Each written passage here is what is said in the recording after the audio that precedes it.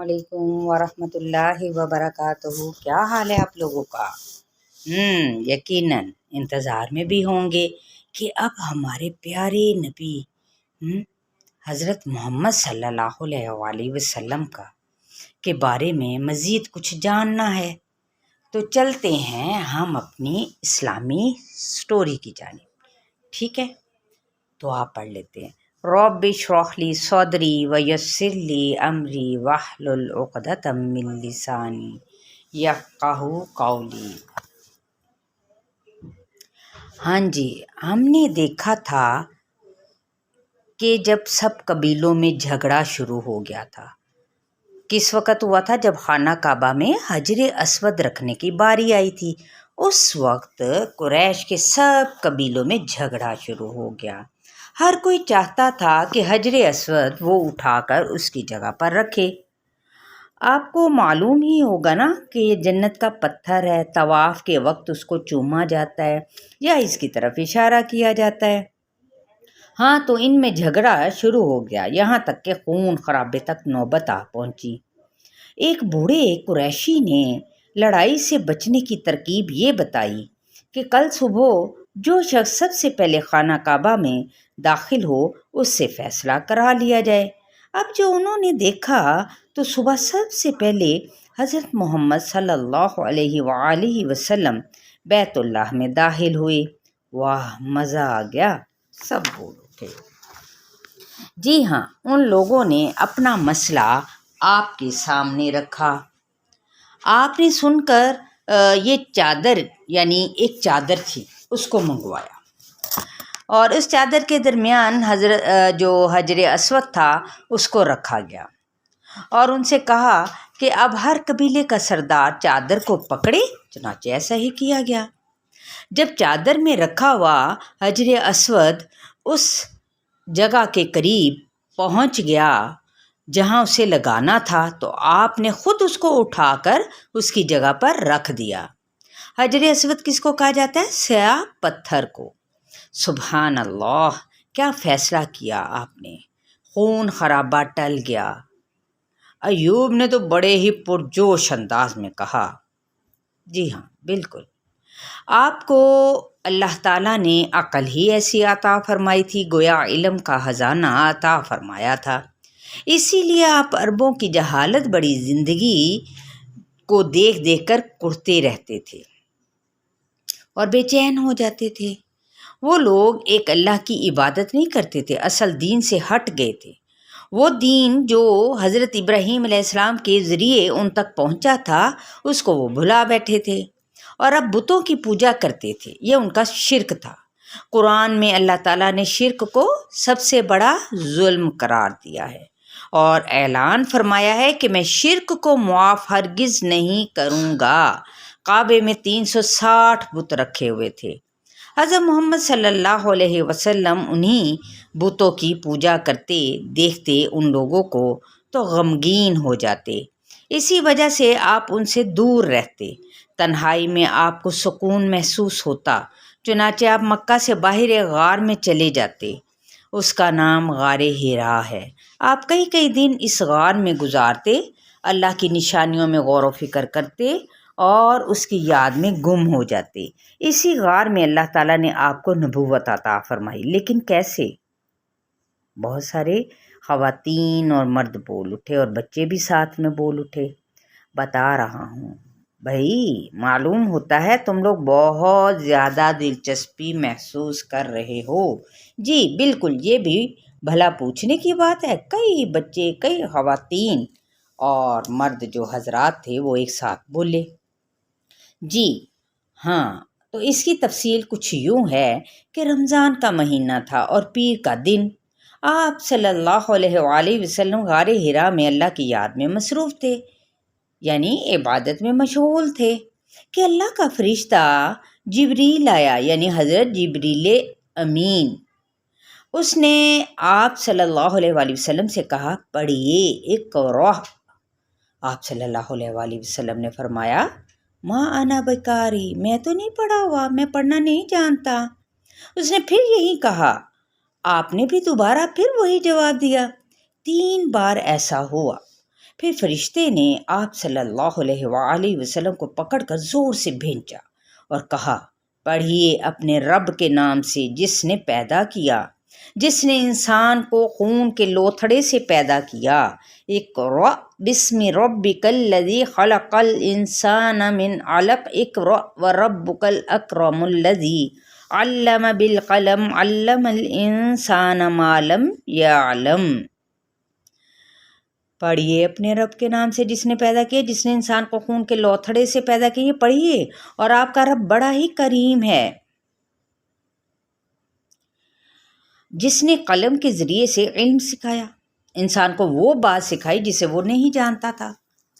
آپ اب یعنی آپ کے لیے جو حضرت محمد صلی اللہ علیہ وآلہ وسلم تھے نا، ان کے لیے اس طرح سے پڑھنا آسان ہو گیا۔ آپ نے یہ آیات پڑھی، پھر گھر تشریف لائے۔ آپ صلی اللہ علیہ وآلہ وسلم پر اس وقت گھبراہٹ طاری تھی اور آپ سردی محسوس کر رہے تھے۔ آپ نے گھر میں داخل ہوتے ہی فرمایا، زملونی زملونی، مجھے چادر اوڑھا دو۔ حضرت خدیجہ رضی اللہ تعالیٰ عنہا نے آپ کو چادر اوڑھا دی، اس سے آپ نے سکون محسوس کیا۔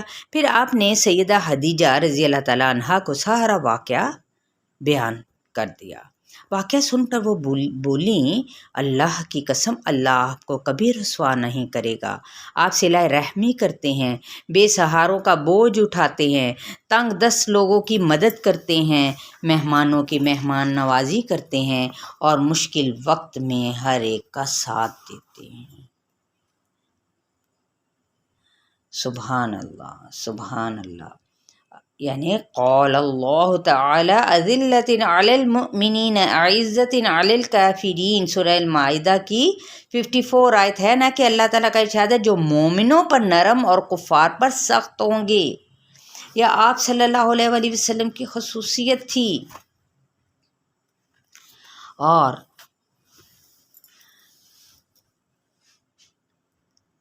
سیدہ خدیجہ رضی اللہ تعالیٰ عنہا کہ یہ جملے بتاتے ہیں کہ وہ بہت سمجھدار خاتون تھی۔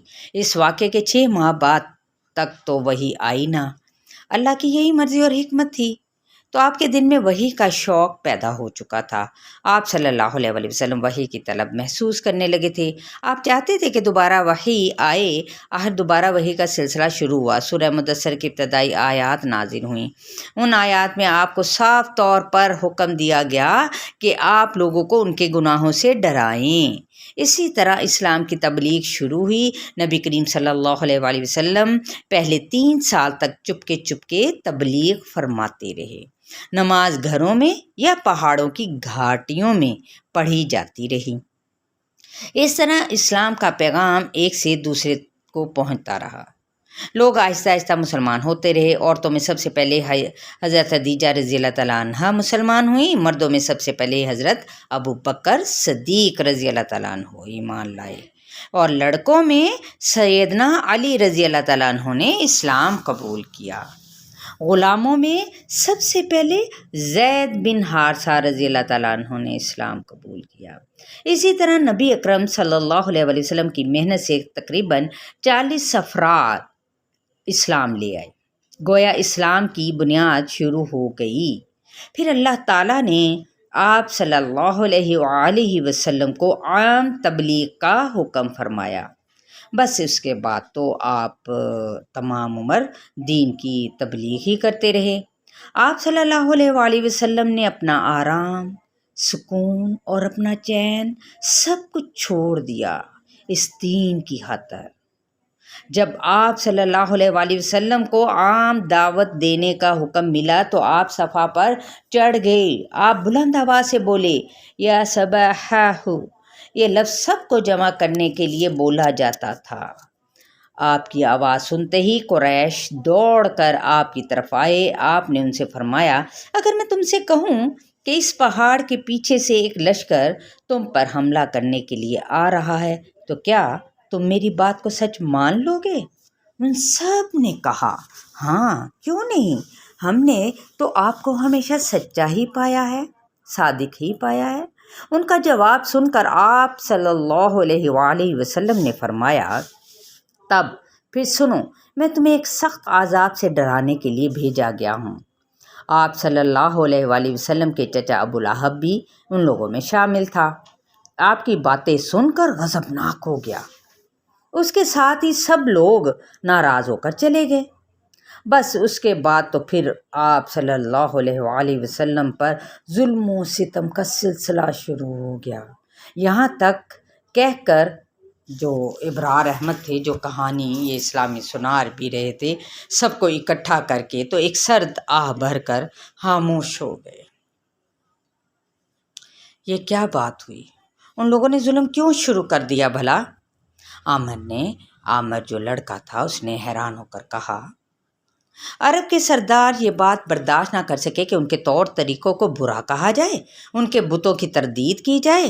آپ کے ساتھ جن لوگوں نے اسلام قبول کیا تھا ان پر بھی ظلم کا سلسلہ شروع ہو گیا۔ انہیں مارا گیا، پیٹا گیا، بیڑیاں پہنائی گئیں، گرم ریت پر لٹا کر سینے پر بھاری پتھر رکھے گئے، زنجیروں سے باندھ باندھ کر گرم تپتی زمین پر گھسیٹا گیا، قید میں رکھا گیا، کوڑے برسائے گئے اور پتھر مار کر لہو لہان کیا گیا۔ تمام مشرکین میں سب سے زیادہ ظلم ڈھانے والے ابو جہل اور ابو لہب تھے، جبکہ آپ کے چچا سیدنا حمزہ رضی اللہ تعالیٰ عنہ، سیدنا عباس رضی اللہ تعالیٰ عنہ اور ابو طالب رضی اللہ تعالیٰ عنہ تو آپ پر جان چھڑکتے تھے۔ ان میں سے سیدنا حمزہ اور سیدنا عباس رضی اللہ تعالیٰ عنہما کیا تھے؟ انہوں نے بعد میں اسلام قبول کر لیا۔ قریش کے لوگوں نے مخالفت میں کوئی کسر اٹھا نہ رکھی۔ ظلم کرنے کا کوئی طریقہ ایسا نہ تھا جو انہوں نے اختیار نہ کیا ہو۔ یہ لوگ اب نبی کریم صلی اللہ علیہ وآلہ وسلم کی جن خوبیوں کو مانتے تھے ان سب کو بھی انہوں نے بھلا ہی دیا۔ اسی کشمکش میں حج کے دن آ گئے۔ قریش کے لوگ پریشان ہو گئے، گھبرا گئے کہ اب چاروں طرف سے لوگ حج کرنے کے لیے آئیں گے اور حضرت محمد صلی اللہ علیہ وآلہ وسلم ان لوگوں کو اسلام کی دعوت یعنی توحید کی دعوت دیں گے۔ ایسا نہ ہو کہ کچھ لوگ ان کی باتوں کا اثر قبول کر لیں اور مسلمان ہو جائیں۔ چنانچہ وہ طرح طرح کی تدابیر سوچنے لگے۔ حج کے لیے لوگ جن راستوں سے آتے تھے وہ ان راستوں پر بیٹھ گئے اور آنے والے لوگوں کو آپ صلی اللہ علیہ وآلہ وسلم کے خلاف باتیں سنانے لگے۔ انہوں نے یہاں تک کہا کہ اس جادوگر کی نعوذ باللہ کی باتوں میں نہ آنا۔ اف توبہ، کس قدر ظالم لوگ تھے۔ سب نے ایک ساتھ آواز ان لوگوں کی ابھر آئی، ہاں بیٹا، لیکن یہ بھی تو سنو کہ ہوا کیا۔ آپ بھی حاجیوں کے پاس جاتے رہے، ان سے کہتے رہے، لوگو لا الہ الا اللہ کہو، کامیاب ہو جاؤ گے۔ مطلب یہ کہ قریش مخالفت کرتے رہے، آپ اپنا کام کرتے رہے، ان کا ظلم حد سے بڑھتا گیا تو نبوت کے 5ویں سال آپ صلی اللہ علیہ وآلہ وسلم نے کچھ صحابہ کو حبشہ کی طرف ہجرت کرنے کی اجازت دے دی، اور اس طرح سے آپ کی تبلیغ سے روز بروز مسلمانوں کی تعداد میں اضافہ ہی ہوتا چلا جا رہا تھا۔ اس صورتحال سے قریش اور زیادہ غضبناک ہو گئے۔ انہوں نے حضرت ابو طالب سے کہا، ابو طالب، آپ اپنے بھتیجے کو سمجھائیں کہ وہ یہ کام نہ کرے۔ لیکن حضرت ابو طالب نے ان کو نرمی کے ساتھ ٹال دیا۔ لیکن رسول اللہ صلی اللہ علیہ وآلہ وسلم سے فرمایا، تمہیں جس بات کا حکم ہوا ہے اسے انجام دو، میں تمہاری مسلسل حفاظت اور مدد کرتا رہوں گا۔ البتہ میری طبیعت عبد المطلب کا دین چھوڑنے پر راضی نہیں۔ پھر نبوت کے 6 سال سیدنا حمزہ اور سیدنا عمر رضی اللہ تعالیٰ عنہما مسلمان ہو گئے۔ ان کا شمار قریش کی اہم شخصیات میں ہوتا تھا۔